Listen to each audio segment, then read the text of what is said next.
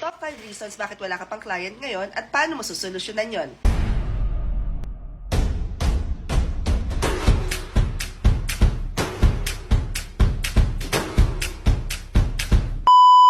Today, let's talk about the reasons bakit hindi ka pinili.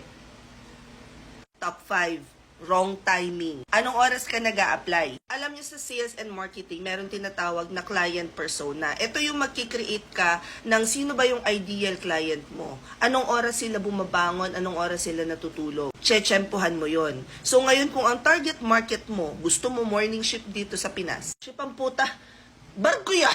Alam niyo magpa-part 2, part 3 na naman tayo, wala mga katarantado ako sa video na to. Anyway, ang target market mo ay morning shift dito sa Pilipinas. Ang gusto mong targetin na client ay Australia or United Kingdom. Parang nagpuyat lang sa maling tao. Kung ikaw naman ay open sa kahit na anong oras na shift, edi wala na tayong pag-uusapan when it comes to time. So, nangiisipin mo na lang, anong oras gumigising tong client na to? Tapos gumigising pa lang siya, parang pagod na siya sa buhay, pagtingin pa lang niya sa calendar niya punong-puno or hindi pa organized. Eh, ang ino-offer mo is virtual assistants. Or pauwi na sila, hindi pa sila tapos, may dala pa silang work.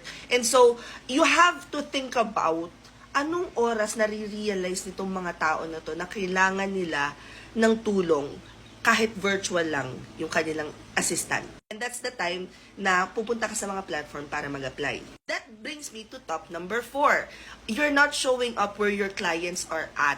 A lot of people will say, ay, ayoko sa Upwork may fee, ay, ayoko sa online jobs ang baba magbayad, ay, ayoko sa...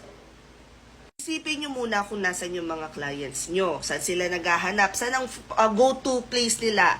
Kapag naramdaman na nila yung hirap at pagod ng buhay. Ganon. Tapos, kung nasan sila, dun kayo tumambay. Halimbawa, sa panahon ngayon, a lot of clients, ang go-to place nila to find virtual assistants or online workers or remote workers ay yung mga platforms kagaya ng Upwork, LinkedIn, virtual staff, agencies, Facebook, Instagram, Reddit, ganyan. Going back to client persona, you have to think about nasan ba tumatambay yung mga prospect clients ko.